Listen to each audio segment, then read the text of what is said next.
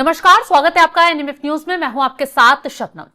देश में सुरक्षा एजेंसियों के जरिए एक बहुत बड़ी एफआईआर दर्ज की गई है, जिसमें अमेरिकी कंपनी और 6 ऐसे लोग शामिल हैं जो भारत में एक बड़ी साजिश रच रहे थे।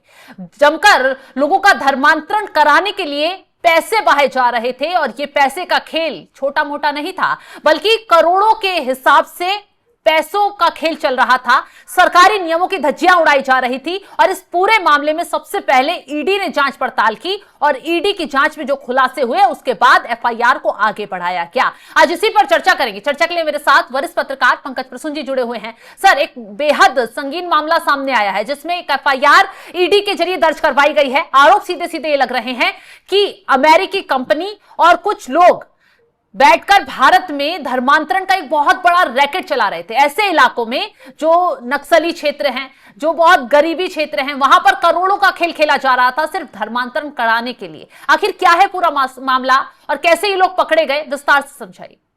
द टिमोथी इनिशिएटिव, इसका नाम शायद आप में से बहुत सारे लोगों ने नहीं सुना होगा। अभी इसका वेबसाइट भी बंद कर दिया गया है और आपको कहीं मिलेगा भी नहीं। ये संस्था काम करती है गरीबों के बीच। इनका दावा ये है कि हम जो है गरीबों को, आदिवासियों को, दलितों के बीच उनके दुख दूर करने के लिए काम करते हैं। ये बकायदा एनजीओ भी नहीं है एग्जैक्टली, ये अमेरिका की एक संस्था है जो दुनिया भर के अलग अलग चर्चों से जुड़ी हुई है। जैसे ज्यादातर चर्च जो है वो कनाडा और अमेरिका के ही हैं, उनसे जुड़ी हुई है। अब ये संस्था बड़ा अजीब तरीके से काम करती है। भारत सरकार ने एफसीआरए कानून के तहत बाहर से पैसे लाने पर रोक लगा के रखा है, मतलब हिसाब किताब देना पड़ेगा। इन्होंने कहा क्या कि बाहर से पैसे लाएंगे तब तो हिसाब किताब देना पड़ेगा। मान लिया कि एक अमेरिका बैंक है, वहां पे किसी का खाता है और डेबिट कार्ड, क्रेडिट कार्ड उस बैंक का है। वो आदमी आता है भारत और भारत में वो चीजें खरीदता है अपने बैंक के खाते से। वो तो अमेरिका में उसके बैंक से कट रहा है ना। अच्छा, यहाँ तो कोई मतलब दिक्कत है इस्तेमाल डेबिट कार्ड, क्रेडिट कार्ड यहाँ पर किया जा रहा है और पैसा अमेरिका से निकल रहा है। अमेरिका के बैंक का है, अमेरिका से ट्रांजेक्शन सारा हो रहा है। वो तो अमेरिकन नागरिक है, यहाँ पे सारा सामान खरीद रहे थे। तो ये तो इसमें तो मतलब कर सकते पैसा हैं, तो आया नहीं था ये। तो पैसा तो आया नहीं। अमेरिकन नागरिक अगर कोई भारत में आएगा, मान लिया कि कोई अमेरिकन नागरिक है, उसके पास सिटी बैंक का कोई डेबिट कार्ड, क्रेडिट कार्ड है, तो यहाँ पे इस्तेमाल करते हैं ना। लेकिन इस व्यक्ति ने, नाम है माइक मार्क या मार्क माइक, इस व्यक्ति ने बड़े पैमाने पर इस्तेमाल करना शुरू कर दिया। और जब धीरे धीरे पता चला तो सारे क्रेडिट कार्ड और डेबिट कार्ड किसी संतोष कुमार के नाम पर है। अच्छा, अब भाई ये संतोष कुमार कौन है? एक आदमी के नाम पे इतने सारे डेबिट कार्ड, क्रेडिट कार्ड, वो भी इंटरनेशनल, शक होगा। तो वो क्या कर रहा था कि संतोष कुमार NE1, संतोष कुमार NE2, फिर संतोष कुमार का साउथ SR1, SR2, अल्फाबेट या सीरियल नंबर चेंज थे, उसी के नाम पर सारे डेबिट कार्ड और क्रेडिट कार्ड जारी थे। 1000 से ज्यादा डेबिट कार्ड और क्रेडिट कार्ड पकड़े गए। बिल्कुल। और वो क्या करता था, वो आदमी जो मार्क माइक था, वो आता था, खर्चा करता था और फिर वापस चला जाता, उस डेबिट कार्ड वगैरह को डिस्ट्रॉय कर दिया, फिर से नया। और ऐसे ऐसे करके उसने 1000 इंटरनेशनल डेबिट कार्ड और क्रेडिट कार्ड बांटे। अच्छा। और उसमें से ट्रांजैक्शन हुआ करीब 1 अरब रुपए का। अभी तक 92.55 करोड़ रुपए को मतलब ट्रेल मिल गया है जांच एजेंसियों को। तो कहां ये पैसा खर्च हो रहा था, क्यों खर्च हो रहा था? एग्जैक्टली ये पैसा सबसे ज्यादा, जो कि चौंकाने वाली बात है, बस्तर का एक बैंक है छोटा सा, कोई ग्रामीण बैंक टाइप का है, वहां से 32,000 ट्रांजैक्शन किए गए इंटरनेशनल डेबिट कार्ड और क्रेडिट कार्ड से। 10-10 हजार के ट्रांजैक्शन थे, यानी लगभग 3 करोड़ 20 लाख रुपए वो छोटा सा एक बस्तर का ग्रामीण बैंक के ये से किया गया। और ये मैं सिर्फ एक उदाहरण बता रहा हूं। ऐसे ऐसे करके देश भर से, नॉर्थ ईस्ट में, आसाम में इन्होंने बनाया हुआ था। आसाम से 6.5 करोड़ का ट्रांजैक्शन हुआ। ऐसे ही छोटे छोटे अमाउंट निकालते थे ताकि शक नहीं हो, 10-10 हजार का।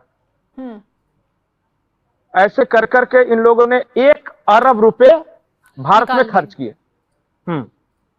जिसमें छत्तीसगढ़ का दंतेवाड़ा वाला इलाका है, वहां पे बस्तर वाला इलाका है, वहां पे खर्च हुआ है। नॉर्थ ईस्ट का इलाका है जहां पे सेपरेटिज्म है वहां पे। और जब पता किया, एक एफआईआर दर्ज की गई बेंगलोर में सबसे पहले, और वो इनका ये ईडी कमिश्नर है, उन्होंने दर्ज की, तो पता चला कि ये तो शुद्ध रूप से धर्मांतरण कराने के लिए पैसे खर्च कर रहा है। और मतलब ये इंटरनेशनल साजिश रची जा रही थी और यहाँ कानो कान खबर नहीं थी। चर्च बना रहे हैं उस पैसे से। अच्छा। ऐसे ऐसे दूर दराज के इलाकों में आदिवासियों से जमीन लेके चर्च बना रहे, जहां किसी को कोई शक भी नहीं हो, मीडिया भी नहीं है, किसी को कुछ पता नहीं चलता। और इस तरह करके उन्होंने कम से कम भारत भर में 8-10 हजार चर्च बनाए। और यही चर्च में पता है पैसे देके, जो पैसे का सारा खेल था। फिर ये रडार पर कैसे आया, खुलासा कैसे हुआ इस पूरे मामले का? नहीं, जैसे छोटी जगह पे, जैसे बस्तर का एक एटीएम से बार बार इंटरनेशनल क्रेडिट कार्ड और डेबिट कार्ड से पैसे निकाले जा रहे हैं। तो किसी को भी पता होगा ना कि यहाँ पे किसके पास इतना इंटरनेशनल क्रेडिट कार्ड आ गया भाई। और ये क्या करते थे, कार्ड लाते थे, डिस्ट्रीब्यूट करते थे सबको, अपने फील्ड वर्कर को।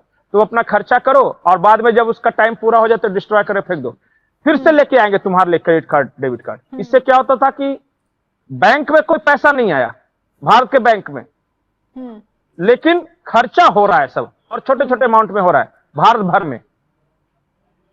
ये है ये टीटीआई संस्था का काम फिलहाल। और सबसे बड़ी बात पता है, जैसे ही ईडी ने एफआईआर दर्ज कराई, वो सारे लोगों का Facebook profile, social media profile, ये सब सारा डिलीट कर दिया गया। और जो ये मार्क माइक जो पकड़ा गया है बेंगलुरु एयरपोर्ट से, इससे जब पूछा गया तो कहा कि हमारा कुछ नहीं मिलेगा सर ट्रेस, हमारे जो मास्टर्स बैठे हुए ना अमेरिका में, वो सारा डिलीट कर देंगे और आपको कुछ नहीं मिल सकेगा यहाँ।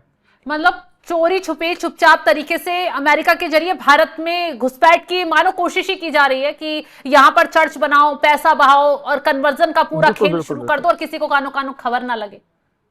इसमें जो 6-7 लोग अभी तक पकड़े गए हैं, उसमें टीटीआई का फाइनेंस हेड है, उसके जो ऑपरेशंस देखता है वो हेड है, ये मार्क माइक है, ये है, और छत्तीसगढ़ के 3 लोग हैं। अभी बहुत बड़ा रैकेट है ये। सोचिए ना कि 8-10 हजार अगर चर्च बना दिया है तो कितने लोगों को कन्वर्ट किया होगा इसने, और कैसे कैसे तरीके निकालते हैं पैसा खर्च करने के लिए। तो मुझे ऐसा लगता है कि एक और इसमें जो एंगल है वो ये है कि ये अमेरिका और कनाडा में ये संस्था है। जब भारत का एफसीआरए कानून है, इसे लेकर अमेरिका में बहुत नॉइज है। अमेरिकी सरकार, डोनाल्ड ट्रंप की सरकार चाहती है कि भारत सरकार ये जो एफसीआरए का कानून लाया है इसमें ढिलाई दे। और एफसीआरए के तहत रजिस्ट्रेशन कराना होता है, इसके नियम कानून क्या कहते हैं, एक बार ये भी समझा दीजिए। आसान भाषा में कहूं तो कानून तो बहुत पुराना है, लेकिन मोदी सरकार ने जो बदलाव किए हैं मुख्य मैं बता देता हूं। सबसे पहले इन्होंने कहा कि जो फॉरेन फंडिंग प्राप्त करता है, पहला तो यह है कि भाई आपको एफसीआरए रजिस्ट्रेशन करवाना अनिवार्य होगा अगर विदेश से पैसा प्राप्त करते हैं तो। दूसरा, आप जो भी पैसा प्राप्त करते हैं, जैसे गरीबों की सेवा के नाम पे करते हैं, मान लिया कि मैं गरीबों की सेवा करता हूं, तो जो कुल पैसा प्राप्त करते उसमें 80% गरीबों की सेवा ही करनी होगी। 20% ही आपका जो स्ट्रक्चरल खर्चा है, जैसे सैलरी देते हैं, ऑफिस का है, इंटरनेट का है, सिर्फ 20% खर्च कर सकते हैं, इससे ज्यादा नहीं। तीसरा ये नियम लाया कि जो भी आप पैसा बाहर से मंगाते हैं वो नई दिल्ली के एसबीआई का एक ब्रांच है, वहीं मंगाना होगा और वहां से फिर आप ले जा सकते हैं। तो ये 3-4 नियम लगाए, पता चला बहुत सारे एनजीओ बंद हो गए, बहुत सारे भागने लगे, क्योंकि अनअकाउंटेड मनी आता था। इतना पैसा आ रहा था, वो किस काम में खर्च हो रहा था किसी को पता ही नहीं। कैन यू बिलीव कि 2 लाख से ज्यादा एनजीओ सिर्फ बंद हो गए, सिर्फ इतना परिवर्तन करने के कारण। अच्छा, वो 2 लाख एनजीओ में कितने लोग काम करते होंगे, कितना पैसा आता होगा, वो पैसा जाता कहां होगा? क्योंकि जितना पैसा आया है उतना पैसा अगर गरीबों के कल्याण के लिए खर्च हो जाता तो भारत की गरीबी मिट जाती। बिल्कुल। लेकिन सबसे ज्यादा गरीबी उन्हीं इलाकों में है जहां पे ये एनजीओ काम करते हैं। ऐसा क्यों भाई? क्योंकि उस पैसे का काम गरीबी मिटाने के लिए नहीं होता है, वो तो टोकनिज्म है। धर्म परिवर्तन करो तो पैसा दूंगा।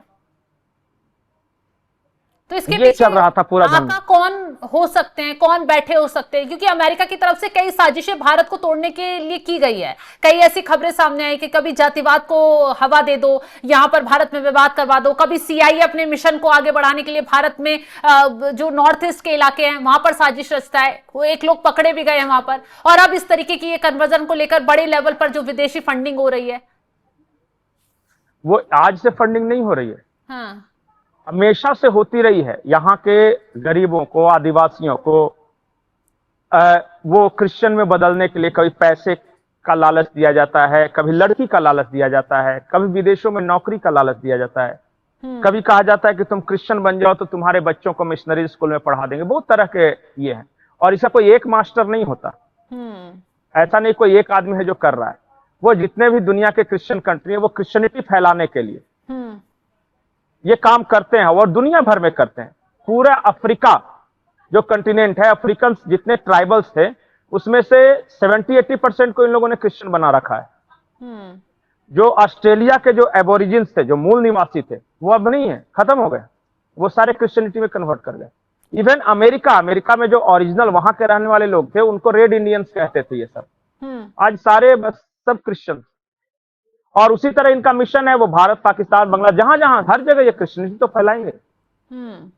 तो यही साजिश भारत में रचने की कोशिश की। खैर, बहुत बहुत शुक्रिया पंकज जी तमाम जानकारी देने के लिए आपका। तो देखा आपने कितनी बड़ी साजिश अमेरिका के जरिए भारत में रची जा रही थी, लेकिन उस पर पानी फेरने का काम यहां की खुफिया एजेंसियों ने, ईडी ने कर दिया है, क्योंकि जांच में बहुत कुछ खुलासा हुआ है। बेंगलुरु में एफआईआर दर्ज करवाई गई है। उस एफआईआर में खुलकर बताया गया है कि कैसे बड़े लेवल पर विदेशी फंडिंग यहां हो रही थी एनजीओ के जरिए। हालांकि उस एनजीओ पर भी यूएपीए के तहत केस दर्ज कर लिया गया है। आगे जांच पड़ताल की जा रही है। कितने लोग अब इसमें पकड़े जाते हैं, ये पूरा जाल जो है उसका खुलासा कब होता है, देखने वाली बात होगी। फिलहाल इस खबर को लेकर आप क्या कुछ राय रखते हैं, कॉमेंट बॉक्स में जरूर बताइएगा।